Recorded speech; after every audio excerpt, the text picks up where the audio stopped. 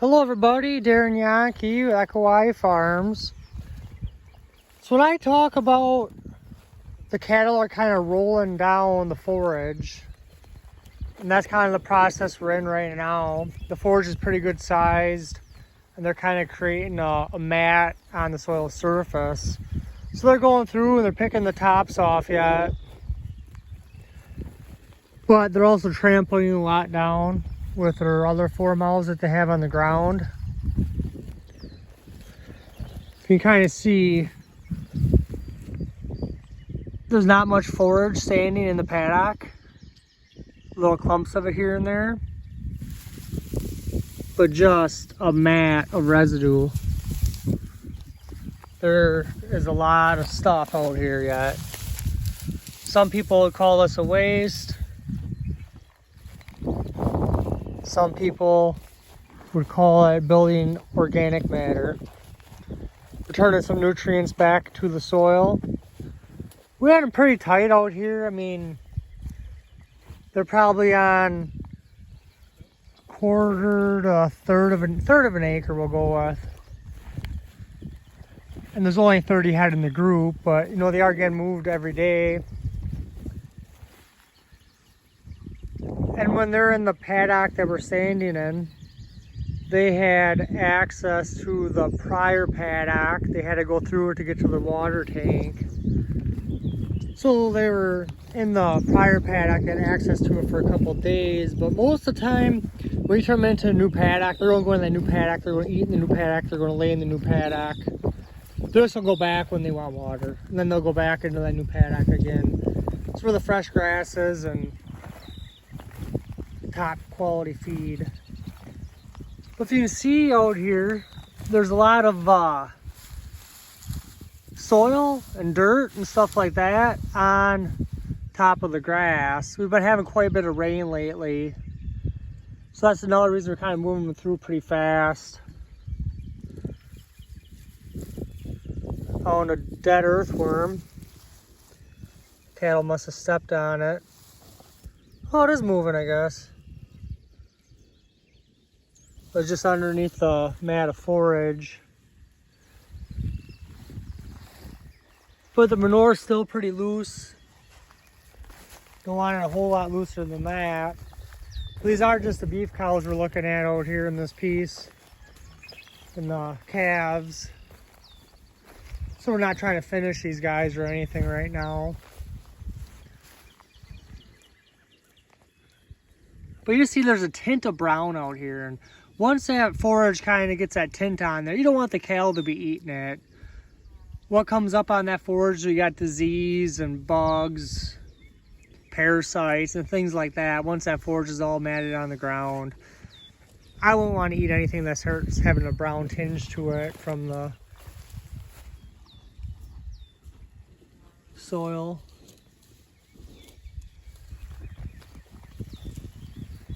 So there's probably a lot of pounds of residual left out in this paddock yet. Some would say they'd leave the cattle out here and eat it down to nothing and you get 100% usage of your forage, but that's not our goal. Our goal is to rejuvenate our land, protect it from the sun, protect it from the wind.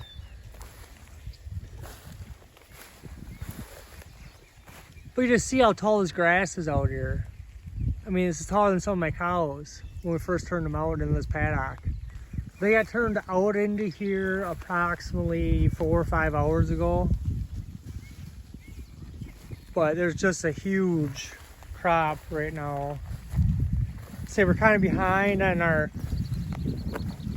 moving our cattle onto the new paddocks. We've been having so much forage growth this year at the last end for our first rotation yet. We're looking at the 12th of June today.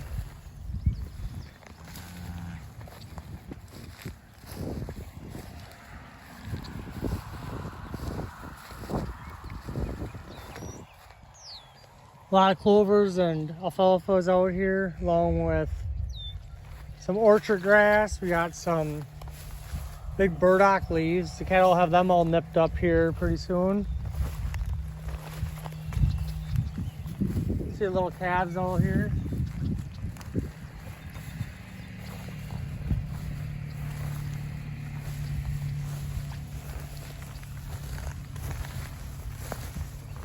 The paddock that we got moved into is a little bit bigger than we've been making them. We got them up to the next water hydrant. So that's why I made the paddock just a whisker bigger than we had been. So they had water access in this paddock and they didn't have to go back through the last paddock to gain access to the water hydrant.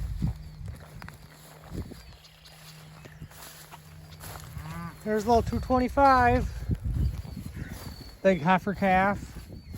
That one's about 4 or 5 days old, I think. I think that's the biggest calf we had this year. Came out of 501, standing over here. She is one of our biggest cows we got. Really nice cow. But she always has huge calves. We're finishing her bull calves out of her as steers. And we've been finishing them at 18 months at 1,200 pounds. Real nice fleshy animal at that point. She has a really big bag on her, a big udder. Producing a lot of milk also for that calf. Well, that's a heifer that she had this year. I think that's the first heifer she's ever had. And we'll be keeping that heifer for a replacement. That cow weighs in probably 1,250. 1,300 pounds, the biggest probably. We weighed them in fall, going into winter. So I'm not really sure what they weighed this spring.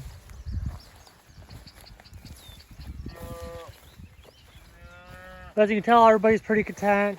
Their bellies are full. But they have this forage knocked down on the ground already. Kind of the importance of keeping them in smaller lots when this forage gets really big. They don't run so much down and waste so much. Because we'd really like to see, 50% usage out of this forage. You can't trample it all down on the ground.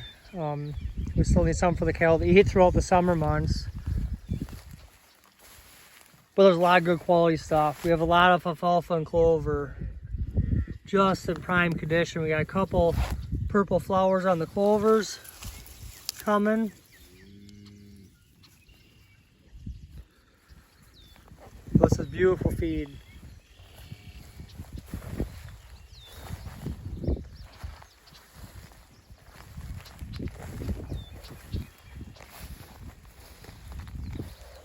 Say the orchard grass is kind of headed out and kind of getting past prime stage, of course.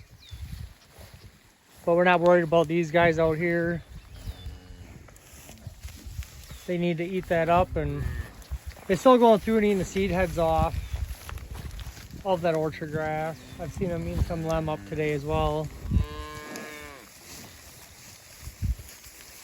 The old 05 there has a little gray spot on her nose there. Easy to find her out here. Looking from a ways off, you can always tell where she's at.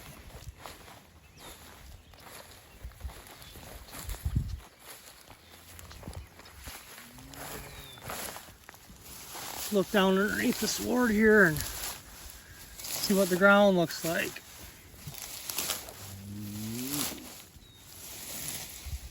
Move this tall residue that's laying on the ground all the way. You can see there's a lot of little stuff coming. A lot of little grasses, some little clovers popping up.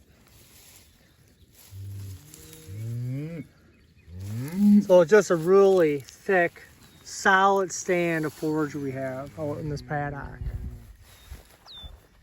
Some of this particular slice of pasture we're going through right now went to seed last year. The clover even went to seed. We left it go through the first rotation and didn't graze it and just hit it on the second rotation through. And we had a lot of stuff go to seed, which really helps make our stands thicker throughout the years.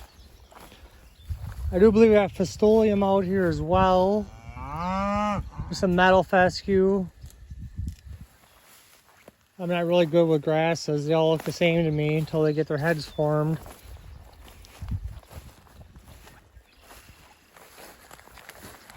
So here is our fly deterrent. We got some bags there to knock the flies off, and this itching post on the front, on the slant there with the chain on it. That works really well. A lot of our paddocks don't have anything for the cattle to itch on. So having them be able to itch on something is really key. Because they can't even itch on the fence or anything.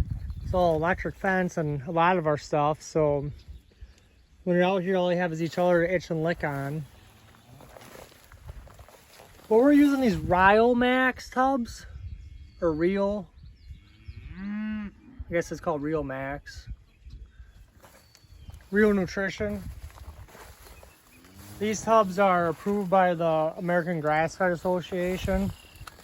This one is their one they have for flies as well. There's garlic in this one. So it's a natural fly deterrent.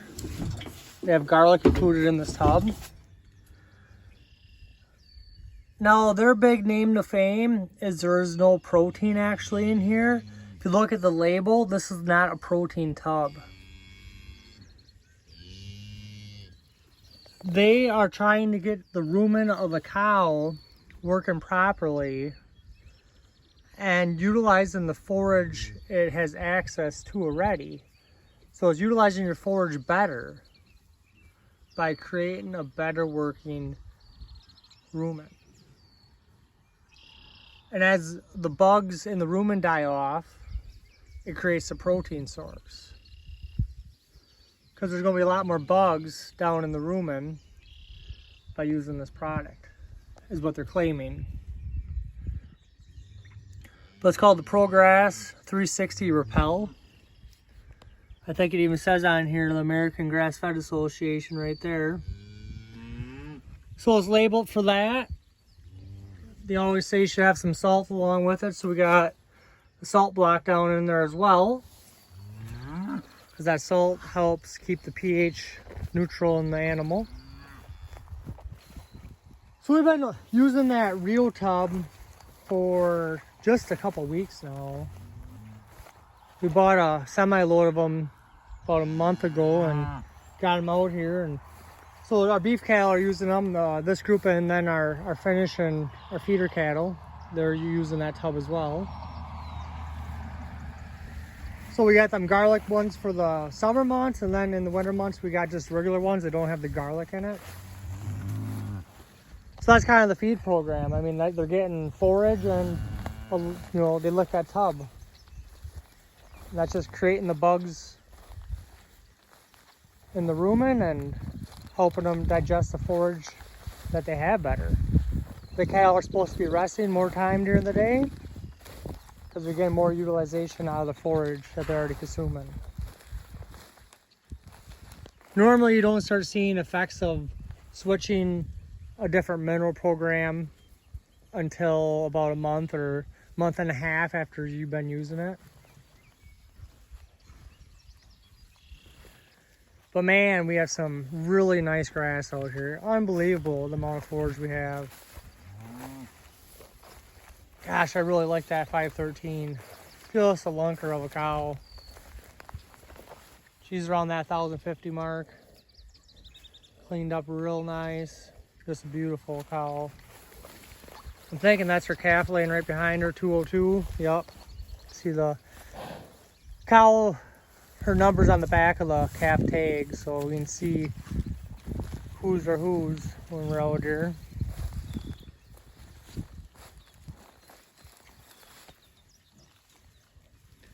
But it's another peaceful evening at Echo Y Farms. Well, y'all, thanks for listening. I'm signing off. You have a great evening.